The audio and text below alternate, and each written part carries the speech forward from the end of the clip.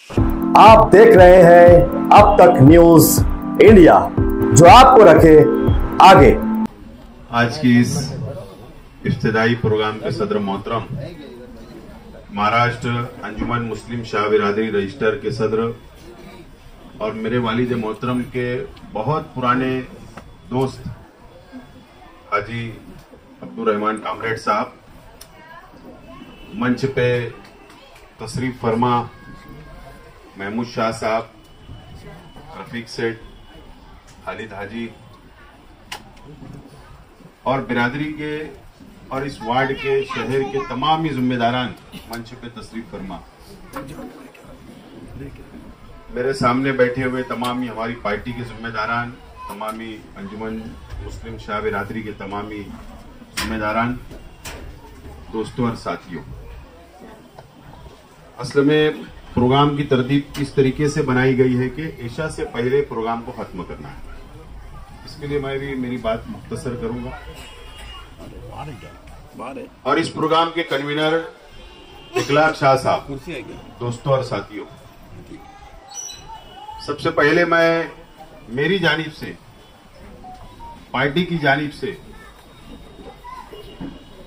इखलाक शाह साहब, अब्दुल रहमान साहब और अंजुमन मुस्लिम शाह बिरादरी के तमाम ही जिम्मेदारान को मुबारकबाद देता हूं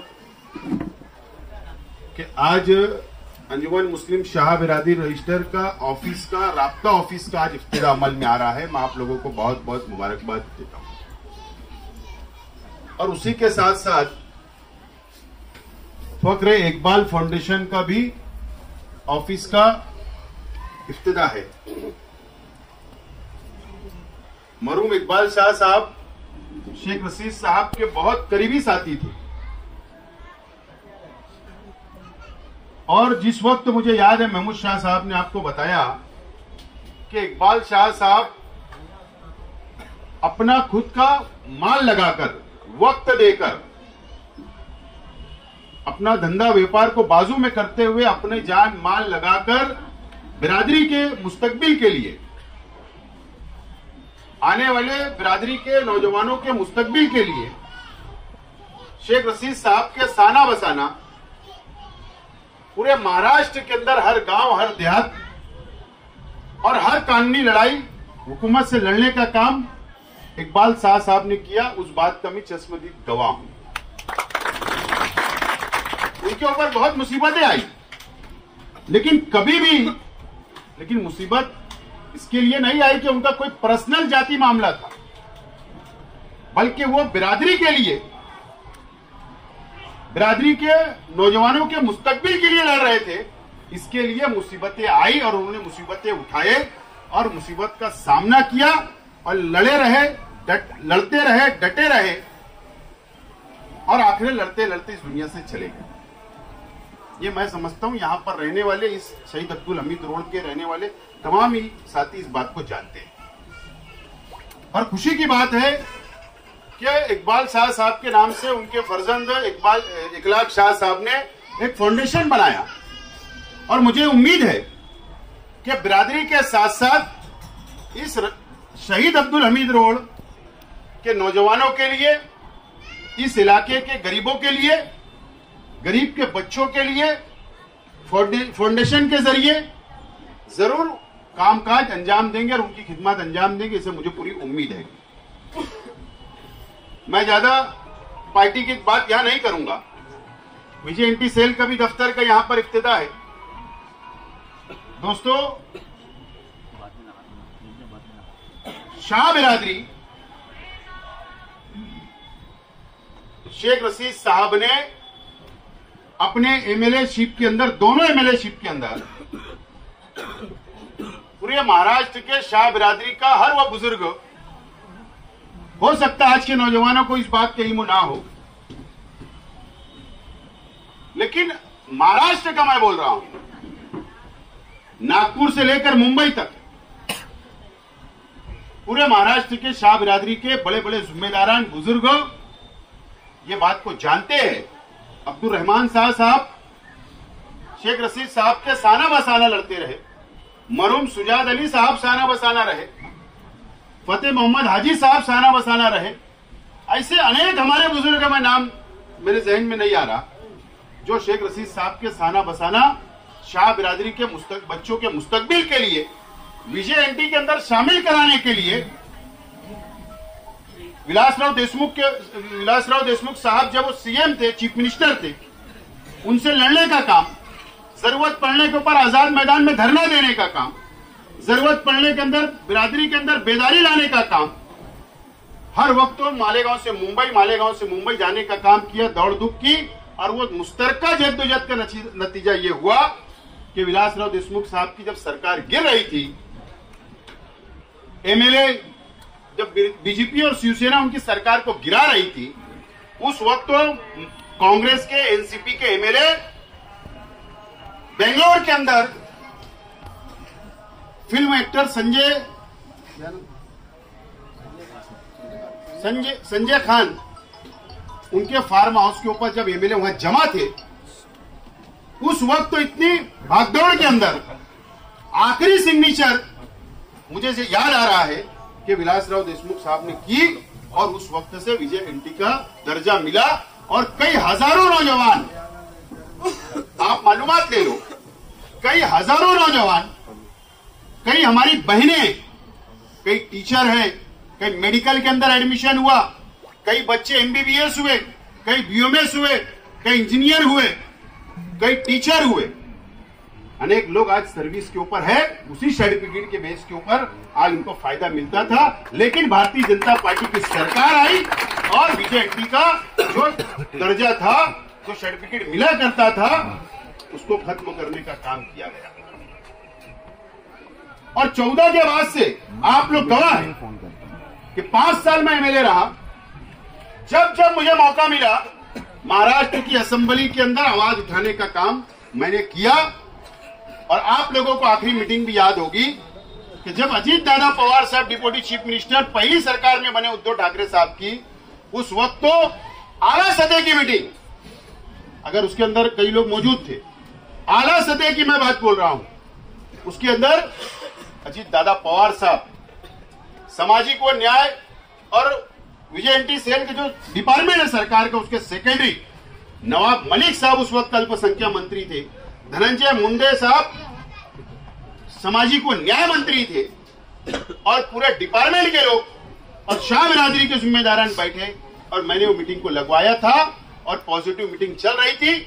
आगे की बात मैं नहीं बोलना हूं क्योंकि मुझे ये लड़ाई आगे हम लोगों को इत्तेहाद के साथ ले जाना है।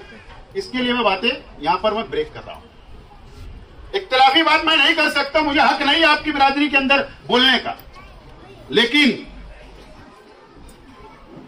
जो कुछ मेहनत बुजुर्गों ने की समाज के लिए, बिरादरी के लिए, विजेएनटी के लिए, मुस्तकबिल के लिए, वो तमाम ही लोग, आप लोगों को इस बात का इल्म होना चाहिए।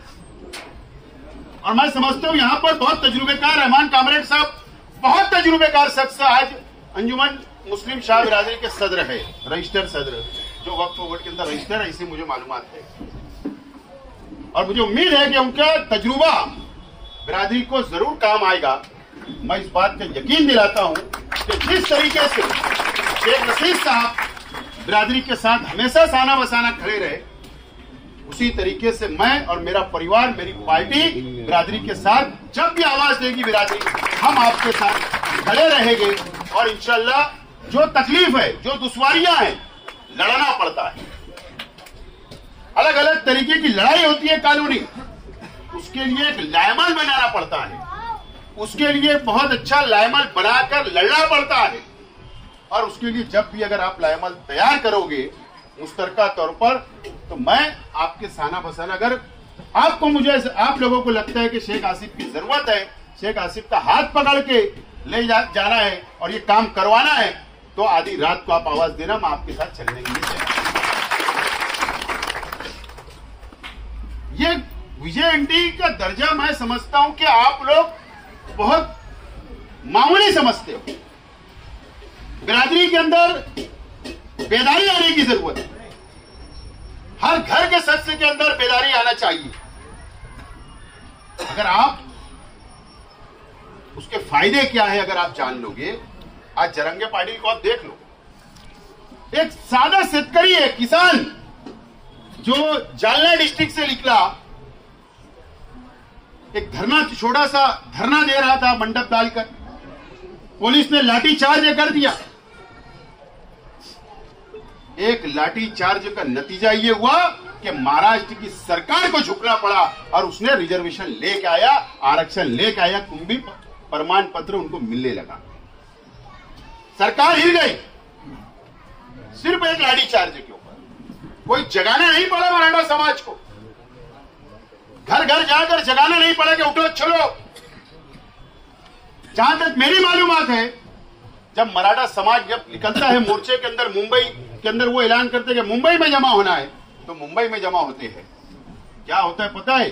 खुद की गाड़ी, घर की 2 माह बहनों को साथ मिल लिया जाता है, 4 से जेंट्स आदमी एक गाड़ी के अंदर 6-7 लोग बैठते हैं, अपना आटा, अपना मसाला, अपना खाने पकाने का सामान लेकर निकलते हैं और जहां पर ये पड़ाव डालते हैं वहां पर अपना चूल्हा जलता है और रोटियां बनती है।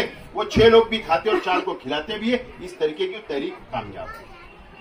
तो अगर शाह बिरादरी विजय एंटी का, मैं तो जिम्मेदारान से मेरा मशवरा है कि आप एक पॉम्पलेट निकालिए कि विजय एंटी के फायदे क्या है, उससे क्या क्या हो सकता, बच्चों का मुस्तकबिल कैसे बन सकता, हमारी बहनों का मुस्तकबिल कैसे बन सकता, एक मुकम्मल डिटेल बताकर उनको बेदारी लाइए और एक प्लेटफार्म पर आकर महाराष्ट्र के तमाम ही जिम्मेदारान, तमाम ही शाह बिरादरी के छोटा बड़ा तमाम ही जिम्मेदार निकलकर एक बेदारी लाओ और लड़ाई लड़ो। और मुझे उम्मीद है कि आपका मामला बहुत बड़ा या पेचीदा नहीं है। अगर सही तरीके से लड़ाई लड़ी गई, कानूनी तौर पर लड़ाई लड़ी गई और सियासी सहारा लेकर लड़ाई लड़ी गई, तो मैं समझता हूं यह तहरीक भी कामयाब होगी और शाह बिरादरी का मसला भी हल होगा। मुझे इस बात की उम्मीद है। बहरहाल ज्यादा वक्त नहीं लेते हुए मैं ये इस उम्मीद के साथ कि इखलाक शाह साहब, उनके तमाम ही साथी यहां पर अंजुमन मुस्लिम शाह बिरादरी के मसाइल को भी हल करेंगे। वैलिडिटी का मसला अगर है, अगर 19-20 मामला हो सकता है, सबके पास 3 दाखिले मांगते हैं, 3 पुरावे मांगते हैं, उसके अंदर कोई दुश्वारी अगर आती है और अगर नासिक के अंदर कोई तकलीफ आपको आती है, मुझे आवाज दो, मैं चलने के लिए तैयार हूं। हम बैठे जो मसाइल है, जो यहाँ पर आप जिम्मेदार बैठकर एक वक्त तय करो और बिरादरी के अंदर बोलो कि हम यहाँ बैठने वाले कोई मसला लाए।